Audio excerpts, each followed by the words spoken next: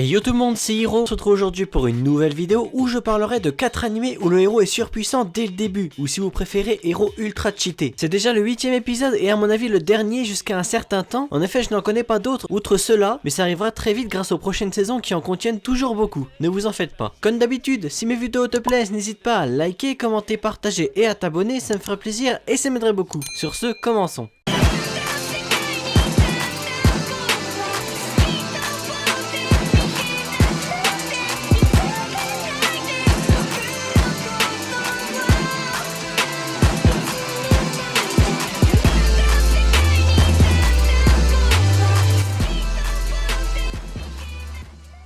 Agure-Yusha no Estetica. Babel est un organisme de formation international qui protège les jeunes gens revenant d'un autre monde. Akatsuki Osawa est un jeune homme capricieux qui revient du monde fantastique de magie et d'épée, à la Izard, après y avoir combattu le roi des démons. À la demande de celui-ci, Akatsuki a ramené sa fille, une jolie jeune fille du nom de Miu. Ils intègrent alors l'organisme Babel, mais vont être confrontés à d'autres membres de l'organisation, possédant des pouvoirs psychiques. Le fanservice est beaucoup mis en avant, je dis ça dans le sens où le héros aime bien déshabiller les filles, qui se battent contre lui pour les désarmer entre guillemets. Il y a aussi une limite d'âge de 16 ans, tout simplement parce que bien que ce soit rare, il n'y a aucune censure dans cet animé, donc tout ce qui est fanservice, etc. bah ce sera comme Ichiban Ushiro no Daimao ou High School DxD, on voit les parties intimes quoi. J'ai eu assez de mal par moment niveau Kara Design, je sais pas si c'est moi mais j'avais l'impression que la tête par rapport au corps ne convenait pas. Après ça se voyait pas souvent. Le héros principal sait s'imposer dans le sens où si on le cherche, il montre clairement sa supériorité en combattant. Pour dire simplement, c'est quelqu'un de badass qui ne se laisse pas marcher dessus. L'animé a 12 épisodes sortis en 2012, uniquement disponible en streaming. Il a pour genre action, aventure, comédie, drame, ecchi, fantasy, romance, school life, science-fiction. Et pour thème combat, école, harem, magie et super pouvoir.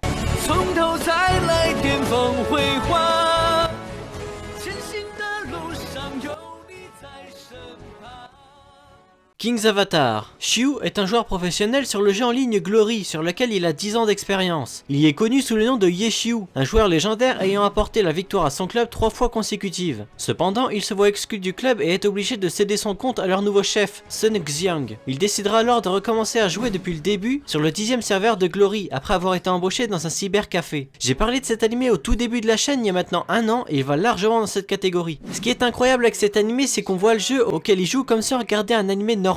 En fait, on suit le joueur avec lequel il joue, pour le dire plus simplement. Et il y a aussi la perspective où on le voit derrière son écran à élaborer des stratégies, être en vocal avec sa team, etc. Ce qu'il faut savoir, c'est qu'en le regardant, vous aurez énormément envie de jouer et d'être le meilleur dans ce domaine. C'est juste fou la motivation que ça nous donne pour faire de l'e-sport. Les combats sont trop bien animés et l'histoire est dingue à suivre. Petite précision, c'est un anime chinois. Mais j'espère que vous passerez la barrière qu'est la langue, qui empêche certains de se lancer. Car croyez-moi, une fois dedans, vous allez très vite vous y habituer. Et vous n'hésiterez plus à voir d'autres animés du même style. L'anime a une saison de 12 épisodes sortis en 2017, 3 OAV à voir après la saison 1 qui font directement suite à l'animé, une saison 2 de 12 épisodes sortis en 2020, un film servant de préquel à l'animé sorti en 2019 qui raconte comment Yeshiu est devenu joueur e-sport, ainsi qu'une saison 3 en cours de production sans aucune date à l'heure actuelle, et sur aucune plateforme légale. Il a pour genre action, aventure, comédie, et pour thème e-sport et jeux vidéo.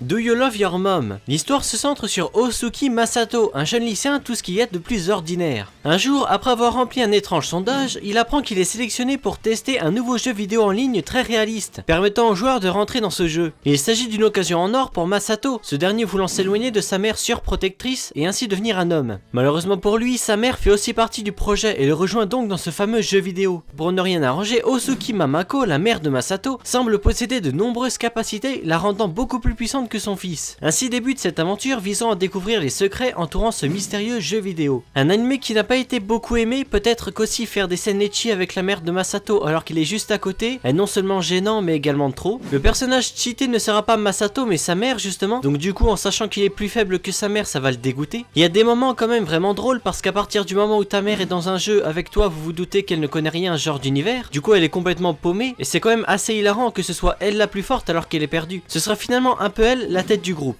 L'anime a 12 épisodes sortis en 2019 ainsi qu'un OAV sorti en 2020 disponible sur Wakanim. Il a pour genre action, aventure, comédie, drame, ecchi, fantasy et pour thème famille, jeux vidéo et monde virtuel.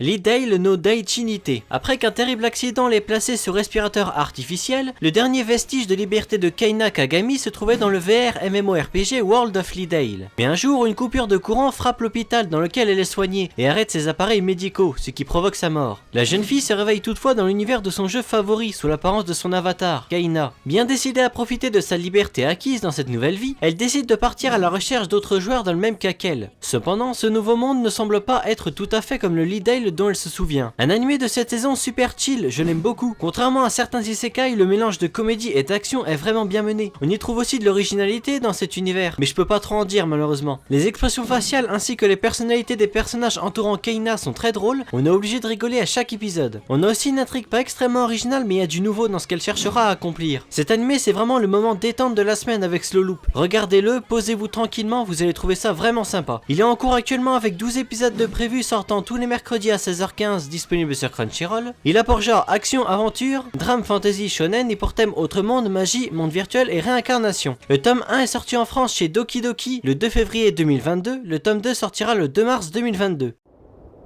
このタイミングで君が帰ってきてくれた。なんてワクワクするタイミングで帰ってきてくれたんだ。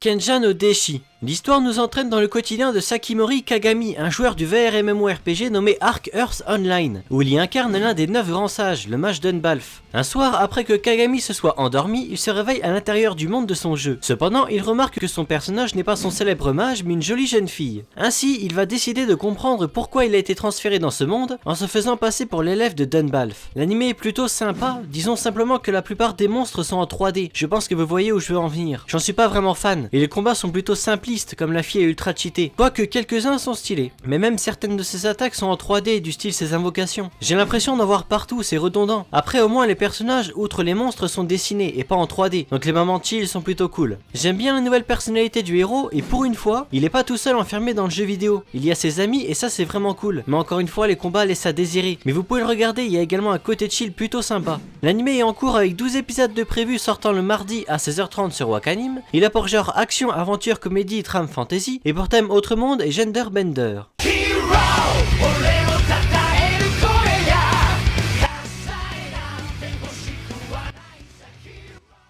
One Punch Man. Bon, j'avoue, j'abuse un peu, je pense que toute personne s'y connaissant en anime, voire même qui y débute, connaît One Punch Man. Mais on sait jamais, peut-être qu'il y a une ou deux personnes qui ne connaissent pas, on sait pas. Évidemment, comme il est énormément connu, je vais plier ça vite. Saitama est un homme tout ce qu'il y a de plus banal, du moins en apparence. En effet, malgré sa carrure plutôt frêle, c'est un super-héros redoutablement efficace puisqu'il terrasse tous ses ennemis en un seul coup. Malheureusement, cette puissance colossale est un problème pour Saitama qui s'ennuie et cherche désespérément un adversaire à sa mesure. Je vous conseille de regarder la VF de l'anime qui est vraiment drôle. Je sais que la saison 1 a une VF, mais je suis pas sûr pour la saison 2. Tout le monde va le sous-estimer et le prendront pour un faible alors que c'est justement tout l'inverse. Ça peut paraître nul comme les combats ne se finissent qu'en un coup, mais c'est tout le contraire. C'est ce côté absurde qui fait la popularité de cet anime, surtout avec une comédie incroyable présente grâce à sa VF. L'anime a 2 saisons de 12 épisodes sortis en 2015 et 2019, disponibles sur Netflix et ADN pour la première et la deuxième uniquement sur ADN. 23 tomes du manga sont disponibles en France chez les éditions Kurokawa, le tome 24 sortira le 10 mars 2022. Il a pour genre action, comédie, science-fiction, CNN et surnaturel, et pour thème aliens, extraterrestres, arts martiaux, combats, cyborgs, monstres, parodies, super-héros et super-pouvoirs. Bon et bien voilà, nous arrivons à la fin de la vidéo, j'espère qu'elle vous aura plu. Comme dit au début de la vidéo, je ne connais pas d'autres animés de ce style, n'hésitez pas à me dire dans les commentaires si jamais vous en avez d'autres, ce serait génial. Sur ce, n'hésite pas à liker, commenter, partager et à t'abonner, ça me ferait plaisir et ça m'aiderait beaucoup. Et moi je te dis à plus pour une prochaine vidéo.